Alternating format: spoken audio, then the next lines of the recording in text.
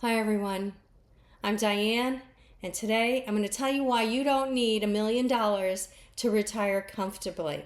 And I retired this way with just over $500,000. So today I want to share with you how I retired early, why I am not going back to work full time, and the mindset that keeps me rich without being rich. While that might seem risky to some, I retired early. I retired at the age of 60, and this is what I've learned over the last 2 years. For me, retiring wasn't about hitting a magic number. It was about asking myself, what kind of life do I want, and how much does that life really cost? The first thing that I learned was that I have the strength from my past and that I could lean on it. I have always leaned towards a simple, frugal way of living. I live a debt-free life, and I know how to make the most out of what I have. And a lot of that comes from my parents, who were part of the silent generation, who modeled resilience and resourcefulness. They lived through the Great Depression and World War II. Sometimes that demanded strength and sacrifice. While watching them and living with them, I learned how to live through my own challenges. I learned that hardship isn't just something to survive. It's something that teaches us. It gives us grit, it gives us wisdom, it gives us skills to overcome whatever life sets in front of us. To me, that meant I did not need $1,000,000 or $2,000,000 to feel secure. I just had to believe in myself. The second thing I learned in the past 2 years was I depended on the plan I set for myself. And here's a snapshot of that plan. The first part of that plan was I knew when I retired that I was going to have under $1,000,000 in savings.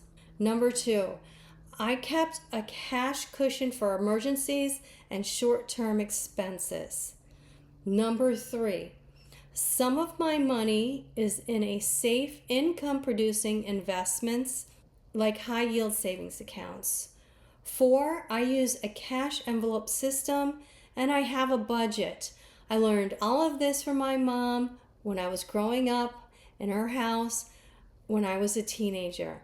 And number 5, the rest of my money is in long-term growth funds to carry me into the future. Number 6 is I built some side hustles, like selling on eBay and Etsy, and I hope to be monetized on YouTube someday. Just because I'm under $1,000,000 right now doesn't mean I don't plan on getting to $1,000,000. Number 7 is I also knew that I would not have a paycheck for 2 years. And I have been living off my savings and my husband's income until I take Social Security at age 62. Yes, it definitely took some planning. And yes, it definitely took some discipline. And yes, it took a lot of discussions with my husband and a financial advisor. No, it was not unplanned. And no, it wasn't magic. And no, it wasn't financially millions. But here's the bigger truth. Retirement isn't just about money. It's about health, purpose, and about time, the time you have left. The ultimate decision to retire early came from my husband, who had a life-changing medical condition, and I had a few medical blips myself, so I didn't feel like we could afford to wait longer. I didn't want to risk working into my 60s, into my late 60s, only to miss out on the younger years I still have and the years that I have with my husband. Now my days are filled with simple joys, time with family and friends, walks in nature, and gardening, the kind of things you can't buy at any store. And because I live simply, I don't feel like I'm sacrificing anything. Sure, there are things that I will spend money on, like good food, adventures, and preventive medicine. To this day, I often hear my mother's voice in my mind, reminding me of her favorite saying, save for a rainy day. It wasn't just about money, it was her way of teaching me to be thoughtful, careful, and to be prepared for whatever life might bring me. That simple piece of wisdom stayed with me, quietly guiding me and my choices throughout the years. It has carried me all the way into retirement. Even now, I hear her words remind me that security and peace often grow from the small, steady habits we practice every day. So, can you really retire on less than $1 million? I really think so. But the real question is are you really willing to design a life around what truly matters to you? Instead of what consumerism, neighbors, family, friends, what they are telling you they think should matter to you. Make your own choices and live within your means. I believe the secret isn't in the size of your financial portfolio, but it's in the size of your contentment.